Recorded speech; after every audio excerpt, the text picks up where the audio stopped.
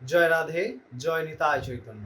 আশা করি সবাই ভগবানের কৃপায় খুব ভালো আছেন এবং আনন্দিত আছেন। আমরা আজকের এই শ্লোকে আলোচনা করব শ্রীমদ্ ভাগবত মহাপুরাণের প্রথম অধ্যায় মাহাত্ম্যকথার ৪৪তম শ্লোক।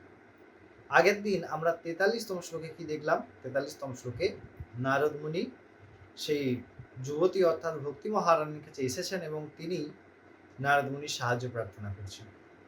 বস্তুত সাধু কৃপাই একমাত্র পথ বা একমাত্র পন্থা আমাদের ভবরোগ বন্ধন করার। আমরা এই যে পৃথিবীতে বা মর্তলোকে আছি, সাধু কৃপা শুধু এই মর্তলোকের দুঃখ বিনাশন করেন তা না, তিনি ইহলোক এবং পরলোক দুয়েরই পরম মঙ্গলকারী। অনেক ভাগ্যের ফলে বৈষ্ণব দর্শনও মেলে, অনেক ভাগ্যের ফলে, অনেক কৃপার ফলে বৈষ্ণব দর্শন হয়, সাধু দর্শন হয়। চলুন আমরা এই ৪৪তম শ্লোক নিয়ে আলোচনা প্রসঙ্গে অগ্রসর হই। প্রথমে আমরা ৪৪তম শ্লোকটি আলোচনা করি। ৪৪তম শ্লোকে নারদ মুনি কি বলছেন সেই ভক্তি মহারানীর উদ্দেশ্যে অথবা সেই যুবতীর উদ্দেশ্যে।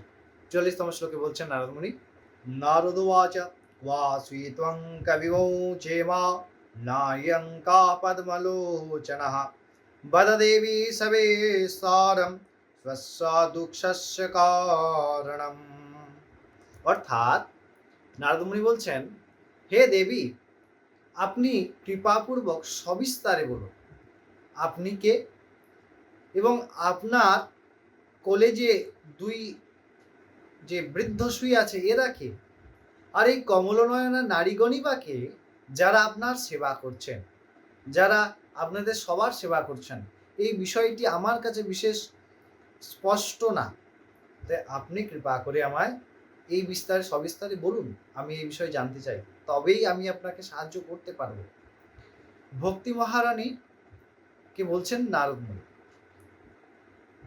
অর্থাৎ এই যে ভক্তি মহারানী, তার দুই পুত্র জ্ঞান বৈরাগ্য কলির প্রভাবে, বর্তমানে যে কলিযুগ চলছে তার প্রভাবে ধর্ম, মানুষের মনুষ্যত্ব, বিবেক, জ্ঞান, বৈরাগ্য, ভগবানে আস্থা সমস্ত কিছু নষ্ট হয়েছে, ধর্মের পথ সমস্ত কিছু নষ্ট হয়েছে এবং সাধু কৃপার ফলে এই কলিযুগেই তাহার পুনরুদ্ধার হতে পারে। এই সান্ত্বনা বা এই কথা, এই গ্যারেন্টি দিতে আমরা নিতে পারি বা বলতে পারি বা দিতে পারি কেবলমাত্র সাধু কৃপা, সাধু সান্নিধ্য, ভগবত কৃপা বা ভগবত সান্নিধ্যেই সম্ভব, তাছাড়া দ্বিতীয় কোনো বস্তু নাই। এরপরে আমরা শুনব ভক্তি মহারানী এই প্রসঙ্গে নারদ মুনিকে বলছেন তিনি কে, এই দুইজন যুবককে। এই সম্পর্কে আমরা পরবর্তী শ্লোক নিয়ে ফিরে আসবো নিশ্চয়ই। তখন আপনারা সবাই খুব ভালো থাকুন এবং আনন্দে থাকুন। জয় রাধে।